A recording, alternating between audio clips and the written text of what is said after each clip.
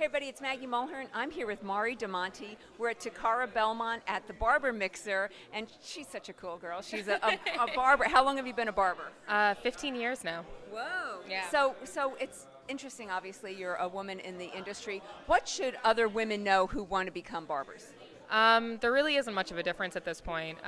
Like 15 years ago, it was really hard to find women representing like the community, and now there's just so many amazing stylists out there, so many great artists who are women and like all different sort of backgrounds that I just think it's just gotten so much easier. And I feel like every single time I come to a showcase or I do a haircut on stage, there's always more women representing and more women coming out and asking questions. And just being a little bit loud and boisterous and just making yourself known in like a men-based like community is, I think, really important. How about for your clientele? I mean, are they constantly hitting on you? Do guys like coming to you? How does that whole thing work? I definitely don't get hit on that much. My persona or my whole background in my business is to be extremely professional at all times. I try to dress apart, look apart, show up on time, show up looking professional. So I think my clients respect that, and they kind of respect my craft and respect my time and my business, and so it hasn't really been much of an issue. And I have noticed that guys do like a woman's opinion sometimes, and so that makes it a little bit more easier, more comfortable for them to come to me. So when you talk to other barbers, male barbers, for example, what are the biggest differences that you see? I mean, do they have something that some areas are easier for them? I know that's a tough question. I would say in the industry, I don't like saying that there's a huge difference between men and female in the community, because at the end of it, we're all just people cutting hair. But the one difference I will say is the lifestyle aspect of the barber scene is very much male-dominated, as it makes sense. It's a male-dominated industry. So, like, breaking into that mold or trying to, like, find a spot where you're one of the guys, but you're not one of the guys because you're female, that's always been a really hard conflict that I've seen a lot of women struggle with.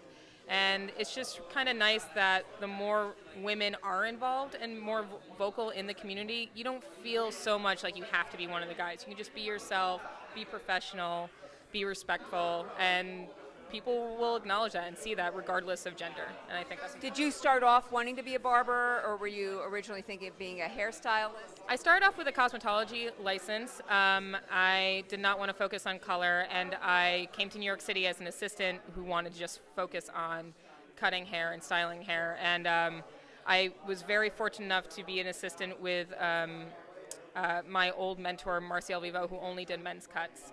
He actually has his own salon just around the corner from here that I helped him open in 2008. And so it just kind of fell into that industry of doing men's hair, and I loved it. I loved the colleagues, I loved my clientele, and I just kind of stuck with it since then. So what would be your advice to any woman who is just starting out in hairdressing if she is torn between being a barber or a hairdresser? Any advice for her? I feel like more and more now with time, you can honestly find both. It's that bridging the gap between the barber industry and the cosmetology industry. Barbers are really pushing themselves to be more like cosmetologists, and cosmetologists want to know more about what it's like cutting men's hair, and it's so easy now to find that niche. There isn't so much of a threshold of one or the other, and so I just think just stay true to yourself and like be vocal and be honest to yourself and what inspires you, and just stick with it, and people are going to recognize that and they'll respect it. Oh, that's so cool. How do we follow you? You can follow me on Instagram. It's MDM_grooming. And yeah, you can mostly find Leon there. I'm usually around. Well, that's so great. Thank you for giving us this time. Thank Have you. fun tonight. It's Yeah, such thank you. it's such Thank a you. fun event. So excited. Thank you so much.